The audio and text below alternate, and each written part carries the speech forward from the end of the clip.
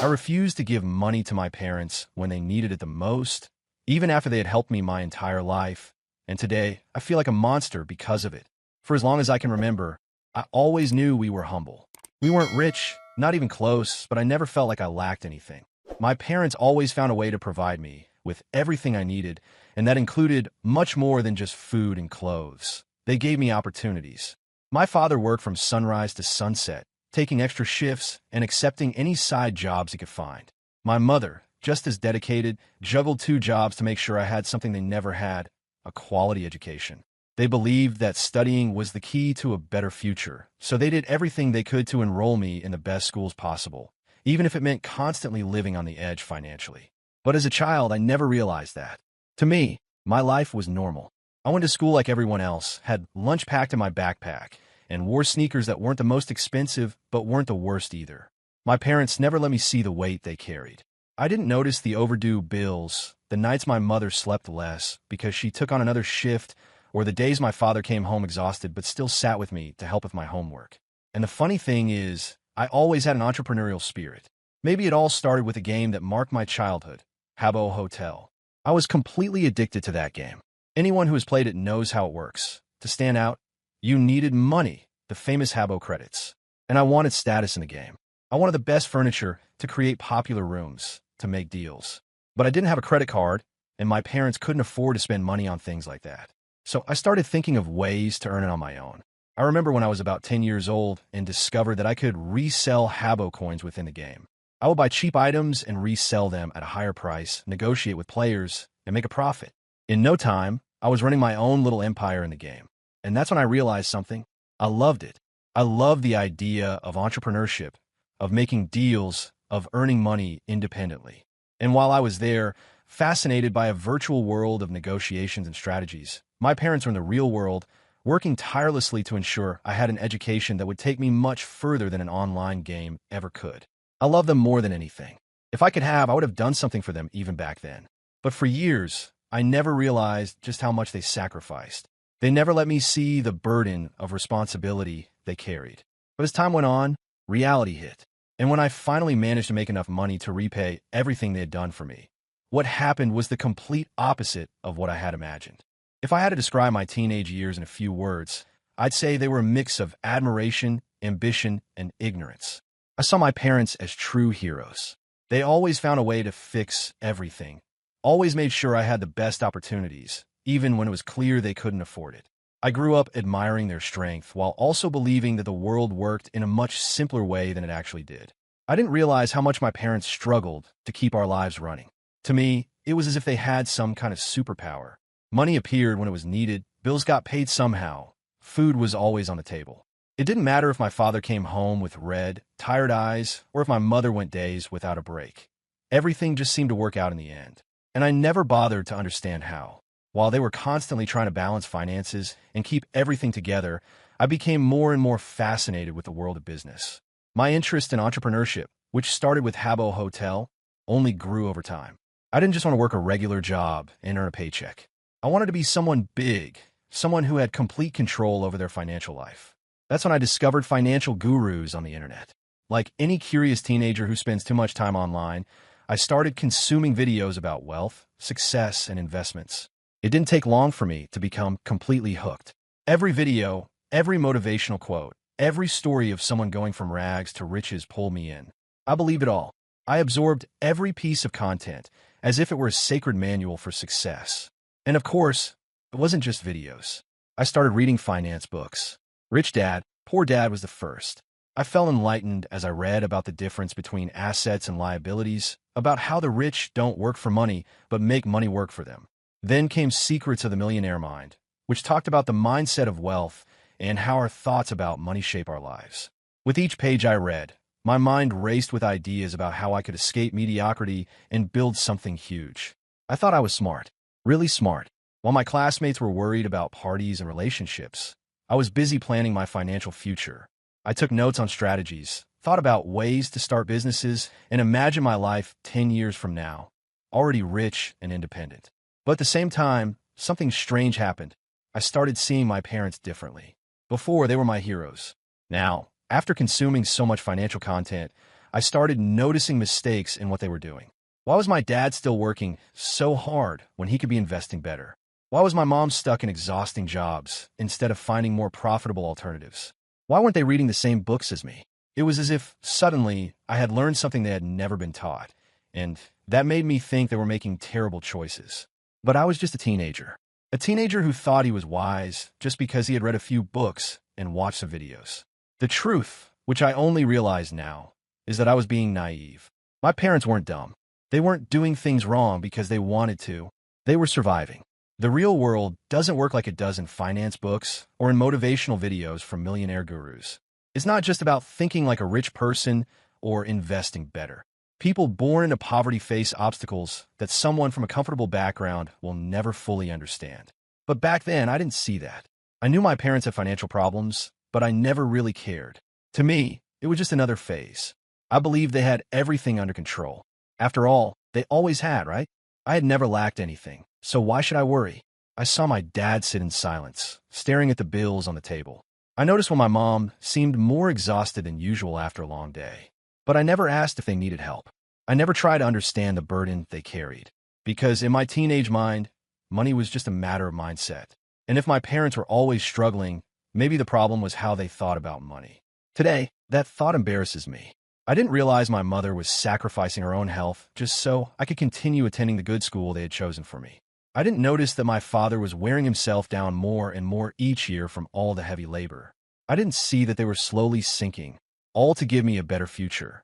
And I, in my peak teenage arrogance, thought they just weren't thinking about money the right way. It's hard to admit this now. Back then, I only cared about my own plans. I wanted to be rich, successful, independent. My parents? They could keep figuring things out, as they always had. It took me years to understand how blind I was. But at the time, I was still fully committed to my dream of entrepreneurship, convinced that I knew exactly how the world worked.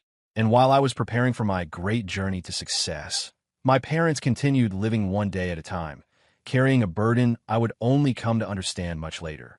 That's when my life took a drastic turn. After spending years consuming books and videos on finance and entrepreneurship, the time came for me to decide my future.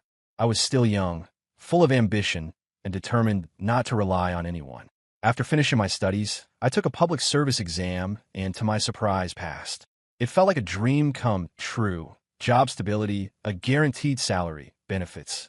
It was everything someone from my background could ever hope for. My parents were proud. To them, this was proof that all their sacrifices had paid off. I had finally secured a stable position, free from the hardships they had endured their entire lives. But deep down, something didn't feel right. The problem was, I didn't want stability. I wanted freedom. I wanted to put into practice all those entrepreneurial ideas that had been growing in my mind since childhood. Being tied to a fixed job with a salary cap felt suffocating. The longer I stayed in that job, the more I felt like I was wasting my potential. So, after several months, I made a decision that many would consider reckless. I quit to start my own business. My parents were surprised, but didn't criticize me. They simply asked if I was sure. And with the arrogance of someone who thinks they know everything, I confidently said yes. I explained that I was tired of depending on a fixed paycheck and wanted to build something of my own, something big, and they supported me. Even though they didn't fully understand what I was trying to do, they stood by me. At first, I was filled with confidence. I invested all my savings and launched a small business.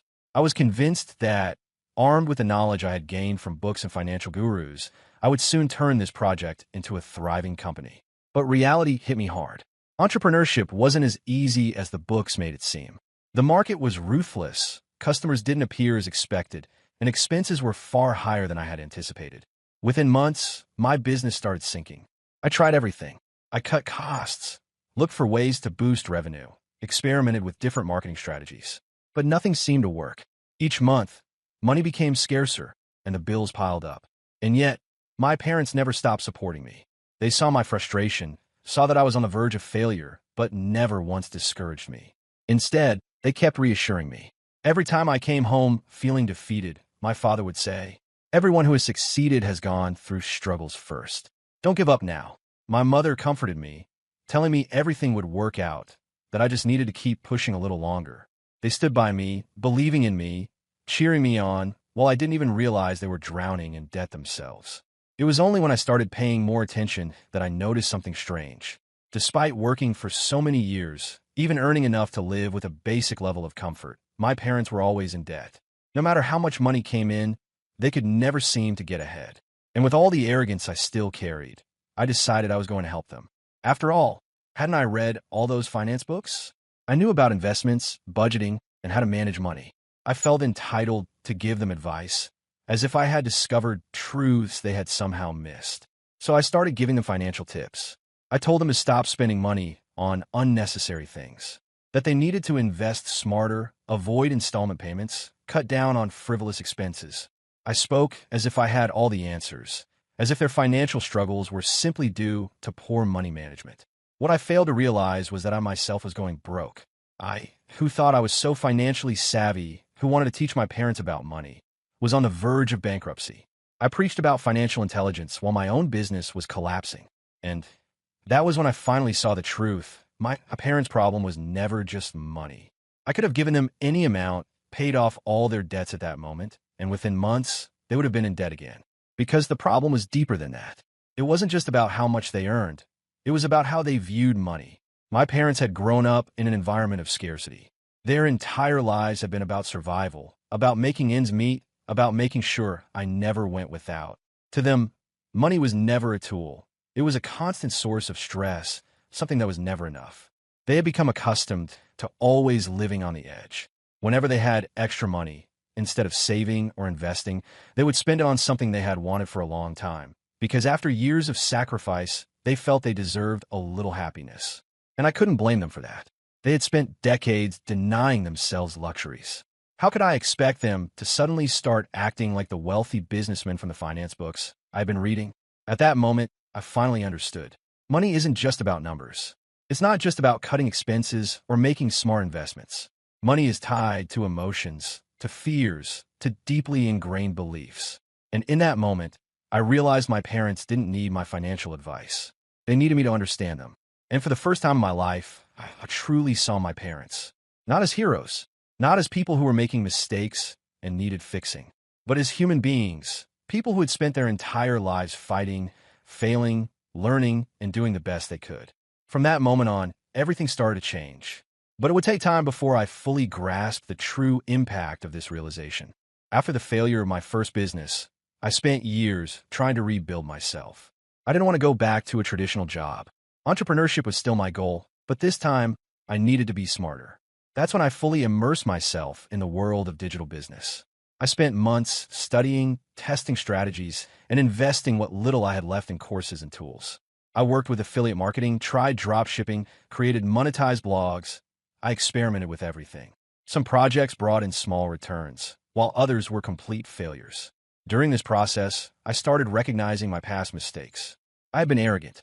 I thought I knew everything about money just because I had read a few books and watched some videos online. But nothing replaces real experience. The business world doesn't follow fixed, predictable rules, and I had learned that the hard way. While I was trying to rebuild myself, my parents continued living as they always had.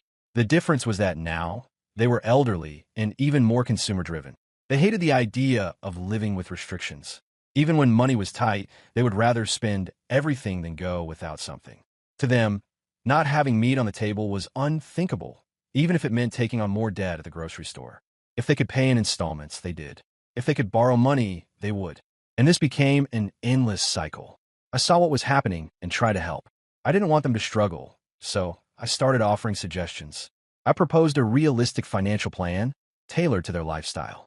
I showed them how they could save without giving up everything, how they could reduce small expenses and slowly get out of the financial hole. But every time they saved in one area, they spent more in another. If they managed to lower their electricity bill, they would use the savings to buy something unnecessary. If they avoided a new loan this month, by the next month, they had already taken out another one. It was frustrating. I tried talking to them, explaining, showing the numbers, but it was like talking to a wall. To them, any extra money meant an opportunity to spend more, never to save.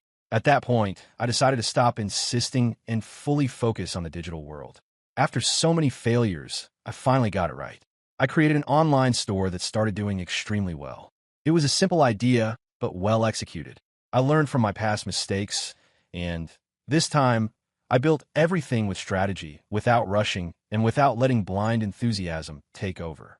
And suddenly, I was making real money. It wasn't an overnight success, but sales were growing steadily. For the first time in my life, I felt like I was in control. But when the money started coming in, things got serious. My parents, who had struggled with finances their entire lives, saw my new reality, and they started looking at me differently. And that's when everything began to change. After that conversation, something changed. My parents kept saying everything was fine, that they understood my decision. But in the small interactions of daily life, I could feel that something had shifted. The phone calls became less frequent. They no longer share their problems with me as openly as before. Whenever money came up in a conversation, there was an awkward silence, like an invisible barrier had formed between us. I wanted to believe it was just my imagination, that nothing had really changed, but the truth was undeniable. Something in our relationship had cooled. There were no fights, no direct accusations, but things simply weren't the same anymore. And even though I kept telling myself I had made the right choice, the guilt kept growing inside me. I wondered if I was being selfish, if I was truly abandoning my parents after everything they had done for me. They weren't bad people. They weren't reckless with bad intentions. They had just spent their entire lives trapped in a cycle of debt and constant expenses because that was how they had learned to survive. And now, with all the financial stability I had worked so hard to build, I was refusing to help them. Every time I saw them, I noticed how much older they had become. My mother didn't have the same energy as before. My father moved slower, with more exhaustion, and that only made my guilt worse. But at the same time, I knew that if I gave in, if I started covering their bills, if I bought the house in my name for them to live in, I would never be able to escape from that situation. Because this wasn't temporary assistance. It was a pattern that, once started, would become my responsibility forever. And deep inside, I felt anger. Not toward them, but toward the situation itself. Why did it have to be like this? Why were there people who could simply live their lives without carrying the financial burdens of their families? While I had to choose between my own stability and my parents' well-being, it was a constant battle within me. With each passing month, my business grew. I was making more money than ever. I could afford luxuries I had never dreamed of. But all of it came with a bitter feeling, as if I was failing in the most important way. Because what was the point of success if I couldn't use it to help the people who mattered most to me? But at the same time, what was the point of helping if it meant sacrificing my own financial future and repeating the same cycle I had worked so hard to break free from? It was a question with no answer. And while I kept battling with my own thoughts, my parents slowly started to drift away. Not in an obvious way, not with fights or arguments, just with silence. A silence that hurt more than any accusation ever could. With my store growing and my financial stability secured, I decided it was time to take the next step in my life. I wanted to expand my business, invest in physical stores, and, most importantly, move to a new city to live the life I had always dreamed of. I had worked too hard, failed, learned, and now I wanted to enjoy this new phase with more freedom. During a phone call with my parents, I told them about my plans. I explained that I was moving, that I wanted to invest in new opportunities, and build something even bigger. They listened carefully, without interrupting. But at the end of the conversation, the inevitable question came up. "And the rent here?" My mother asked in a cautious tone. It was something I had expected. Until now, I had been paying their rent. Not because I was obligated to, but because I could afford it without affecting my finances. But now, with my move, I didn't want to keep paying two unnecessary rents. I knew that would set a precedent I didn't want to establish. So I was honest. I explained that it didn't make sense for me to keep paying if I wasn't going to be there anymore. That I wanted them to learn how to manage their money without relying on me. If it weren't for my store, how would things be today? I asked. There was a pause on the other end of the line. My father took a deep breath. My mother stayed silent for a few seconds before responding. "We understand." And they changed the subject. But I knew that, deep down, everything was not fine. They didn't say they were hurt. They didn't make a scene. But I could feel that the conversation hadn't been easy for them. And after I hung up the phone, I just sat there, lost in my thoughts. I worried about them. That was why I kept pushing the conversation about finances. It wasn't coldness. It wasn't selfishness. It was because I knew that if they didn't learn to control their spending, their situation would never change. And I didn't want to carry that weight forever. I had no intention of committing to a monthly financial responsibility. I knew that once I started, I would never be able to stop. And even if they never explicitly asked, the expectation would always be there. But at the same time, I felt like a monster. Saying no wasn't easy. Watching my parents grow older and choosing not to take on their financial burdens wasn't easy. And even though I knew my decision was rational, even though I knew I wasn't wrong, it still hurt. Because this was the consequence of being the first in the family to have money. There was no reference, no example to follow. I was the only one who had managed to break out of the cycle of debt and financial struggles. And now I carry the weight of deciding what to do with that position. And it hurt, because deep down, all I really wanted was for things to be different. I've been carrying this guilt for a long time, and no matter how much I try to ignore it, it always comes back. So today, I decided to write this here, hoping someone might give me a different perspective. I refused to give my parents money, not because I couldn't, but because I knew that if I started, I would never be able to stop. Because I understood that their problem was never really a lack of money, but rather the way they had always lived. But at the end of the day, does that even matter? My parents spent their entire lives sacrificing for me. I never lacked anything. They always made sure I had the best opportunities, even if it meant living with financial struggles themselves. And when I finally had the chance to give back, I said no. Not because I wanted them to suffer, not because I am ungrateful, but because I knew that if I took on that responsibility, my money would never be just mine again. It would be ours, and I would never be able to say no without feeling the way I do now. I see them getting older, and I wonder if I'm doing the right thing. If I were a good person, wouldn't I just pay for everything? Shouldn't I make sure my parents have a comfortable retirement, free of financial worries? Shouldn't I give back everything they did for me? But at the same time, if I do that, wouldn't I just be enabling the same cycle? If I cover all their bills, buy them a house, or send them money whenever they need it, wouldn't I just be creating a new dependency instead of actually helping them? People say that when someone is the first in their family to make money, this kind of burden comes with it. But no one told me how much it would hurt. No one warned me that I would feel guilty every time I said no. No one told me that I would lose sleep at night, wondering if I was being rational or just a heartless, selfish person. No one explained that having money doesn't just mean freedom and comfort, but also carrying the invisible expectations of those who have lived in financial scarcity their entire lives. And the worst part? My parents have never demanded anything. They have never guilt-tripped me. They have never thrown their sacrifices in my face.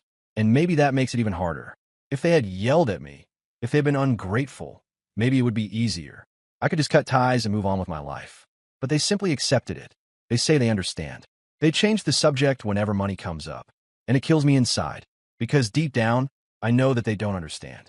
They don't understand why the son they sacrificed so much for, the son who now makes more money than they ever did, chooses not to give them financial support on a regular basis. And I ask myself, does that make me a monster? I'm not a billionaire. I'm not someone who could fix all their problems without feeling it in my bank account. But I'm also not struggling to pay my own bills. I live well. I can help them. But I don't. Because I know that if I do, I'll never be able to stop. Because I know it wouldn't be a solution. It would just be the beginning of a new financial relationship where I would always have to be there to cover their needs. And I want to live my life. Does that make me a monster? Or am I just doing what any reasonable person would do? I'd really like to know what you would do in my place. Because honestly, I don't know what to think anymore.